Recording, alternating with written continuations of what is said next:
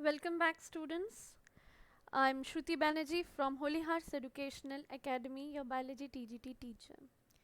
We were studying tissues, and in our previous session, we have already covered what are tissues, importance of tissues, plant tissues, and the types of plant tissues.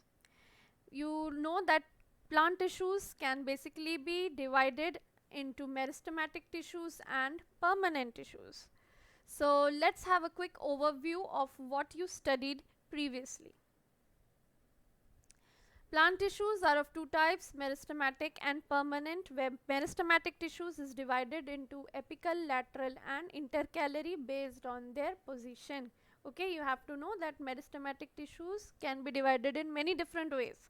So on the basis of position, they are of three types. One which is found at the tip, one which is found at the sides, and intercalary which is found in the internode region. Today we will cover permanent tissues. Now permanent tissues are the tissues in the plants which have now lost the ability to divide. They do not have the power to continuously divide. Hence, they will not take part in the growth of the plant. Rather, it will help in the development of the plant. Okay, most of the time growth and development we think that they are the same things. No, growth is just the physical increasing of its length, breadth and all those stuffs, whereas development means we are talking about the internal development of the plant. So permanent tissues helps in the development of the plant. So these tissues are again of two types, simple permanent tissues and complex permanent tissues. Now simple permanent tissues means these are the permanent tissues which have lost the ability to divide, and they are actually made up of one type of cells, right? Now complex permanent tissues means they have also lost the ability to divide, but they are made up of two or more different types of cells. You have to remember that tissues, yes, they will also be a group of cells, they will have the similar origin, they will perform the same functions, but they will of different types in case of complex permanent tissues. Whereas in simple permanent tissues, all the cells will be of similar type. There will be no differences in their structure, no differences in their looks or whatever. Okay, so simple permanent tissues are the permanent tissues which cannot divide and are made up of only one type of cell. They are further of three types: parenchyma, collenchyma and sclerenchyma. Complex permanent tissues are divided into xylem and phloem, right? So today in detail we are going to study about the simple permanent tissues. So let's get into it. See the diagram. If you understand the diagram perfectly, you will not have to fret over trying to mug up the concept. Always try to understand the basics of biology through the diagrams. Okay? So let's start. Parenchymatous tissue. See, here you have been given the magnification, microscopic structures of the tissues. When you cut the tissues, here the term cross section has been used, right? Now what do you mean by cross section? Cross section means cutting. So a plant stem, suppose I am taking a stem of a green plant and I have cut it. There are two different types I can basically cut the plant. There are many types, but mostly we follow the either horizontal cutting or vertical cutting. So if you cut the stem of the plant horizontally, then you will get these type of cross sections. These are the horizontal cross sections. If you have a stem of the plant and you have cut it vertically, then you will have the longitudinal cross section of the plants. Okay, longitudinal means vertical cross section of the plant. So the same stem, if you cut in two different positions, horizontally or longitudinally, you will get these two different types of images. But don't worry, these are the same tissues, just the view has changed. Okay. So here in parenchymatous tissue, if you see this horizontal cross section, what do you observe? You observe, let's see the structure. What is the structure of the tissue? The structure of the tissue is either circular, okay, or it is very oblongated or oval in shapes, right? So one point you can carry on from the parenchymatous tissue, that they do not have specific size, but they can be either oval, oblong or circular in shape. Okay, what else can you see inside the in this diagram? You can see that there are some spaces present between the two cells, that one cell and the neighboring cells are present together, but there are gaps in between. So what are these known as? These are known as intercellular space. So parenchymatous tissue, you got two structural feature now. One, that they do not have specific size, but they are either circular or oval, and that there are gaps, intercellular spaces present between the two cells. What else can you see in the diagram? You can see that there is the presence of nucleus. Okay, if you see the longitudinal section also, you will say the same thing. Okay, here you will see that they are containing the nucleus. Apart from nucleus, or what else it is containing? It is containing cytoplasm. Yes, the inside of the cell is filled with cytoplasm. Now if you have cytoplasm, then obviously you will have all the cell organelles present inside it. But one cell organelle is very prominent, since this is a plant tissue. Which organelle will carry out the maximum space? Yes, vacuole.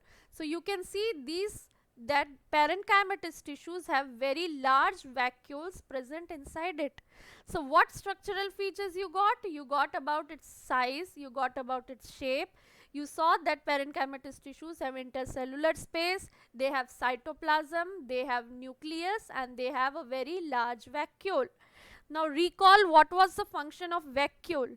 Vacuole's function was storage. So what will be the function of parenchymatous tissue in the plant? Since they have so much large vacuoles inside them, what will be the function of parenchymatous tissue? Yes, it will help in storage. What will it store? It will store food materials, it will store water.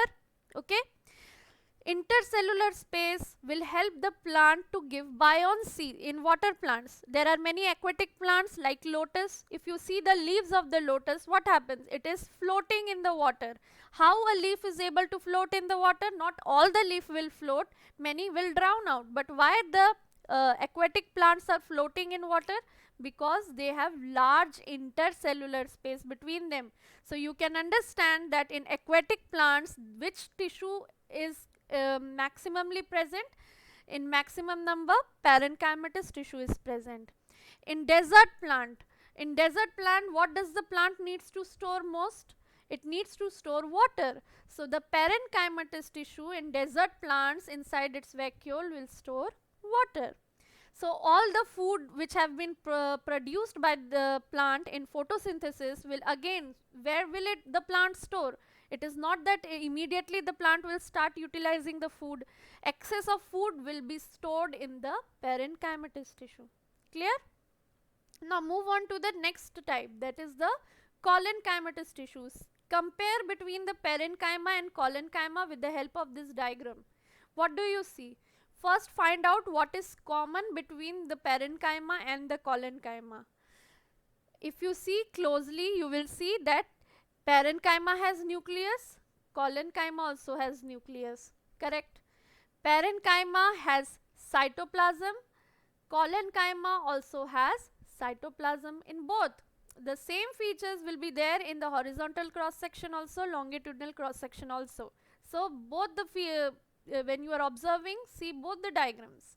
So this is the common feature between parenchyma and collenchyma. Now can you find out the difference between the two diagrams? If you closely observe, you will see that there is no intercellular space in case of collenchyma tissues. Yes, this is the difference between parenchyma and collenchyma, that collenchymatous tissues, their size, their shape, most of the feature is similar to parenchyma, but there is one difference, that now they do not possess any intercellular space.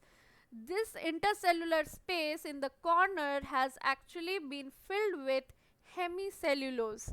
You know, you must have heard that term cellulose. Where you have heard?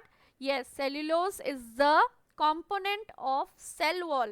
So hemicellulose is also a type of cellulose which is present in these intercellular space of collenchymatous tissue. So now will this tissue help in floating? No, of course not. Now one more thing, you see number of vacuoles. Can you see here any vacuoles in these diagram? No. The vacuoles have also disappeared from collenchymatous tissue. So it will not do the function of storage also. So what is the function of collenchymatous tissue? Collenchymatous tissue, because of the hemicellulose material present in it, helps in giving flexibility to the plant. You must have seen when there is heavy wind flowing, the plants do not break, rather they bend. If you try to break a stem of the plant, then also it does not easily breaks, it actually bends. So that bending in the plant is provided by collenchymatous tissue. They are present at the base of the leaf, they are present in the soft stems, and their function is to provide flexibility to the plant. Correct? So this was the collenchymatous tissue. What is the third type of simple permanent tissue? The third type of simple permanent tissue is the sclerenchymatous tissue. Now compare it with parenchyma and collenchyma. What do you see? Can you see any cytoplasm? No. Can you see any nucleus? No. So if a cell does not have a cytoplasm, it does not have any nucleus, will it be living or will it be dead? Yes, it will be dead. So this sclerenchymatous tissue is the only tissue which is dead. It does not have any living property inside it, and it is empty from inside. It does not contain any living component. Also, is there any intercellular space like the parenchyma? No. Here also there is no intercellular space. Rather, the walls of sclerenchyma are thicker than the collenchyma. Okay, collenchymatous tissues were having thickness in the edges, but in case of sclerenchyma, the thickness is profound in all the sides, right? It is very thick layer it is having around its cell, and here the component has changed. In collenchyma, the thickness was provided by hemicellulose, right? The gaps between were filled with hemicellulose. In sclerenchyma, the cell is covered by lumen, which is filled with lignin. Okay, which component is present? The component is lignin. Okay, so where is this sclerenchyma found? This sclerenchyma will not store anything, it will not give any flexibility because it is already dead. So what does a dead cell will do? This dead cell will provide protection to the plant. It is very rigid and it will provide protection. Now have you seen the husk of coconut? When you buy a coconut, there are some thread like structures out of the coconut which you have to peel out before actually eating the coconut, right? So those threads, those fibers are made up of sclerenchymatous tissue. All the hard shells of the fruits, you must have seen apricot, the outer shell is very hard, so that shell is actually made up of sclerenchymatous tissue. So the function of sclerenchyma is to provide rigidity, that is rigidity will in turn give the shape to the plant and to provide protection to the plant. So here we are done. So let's recall parenchymatous tissue, tissues which have intercellular space and their main function is to store. They store water, they store food, and they also helps in providing buoyancy to the aquatic plants. Their structure is circular or oval and they are living cells.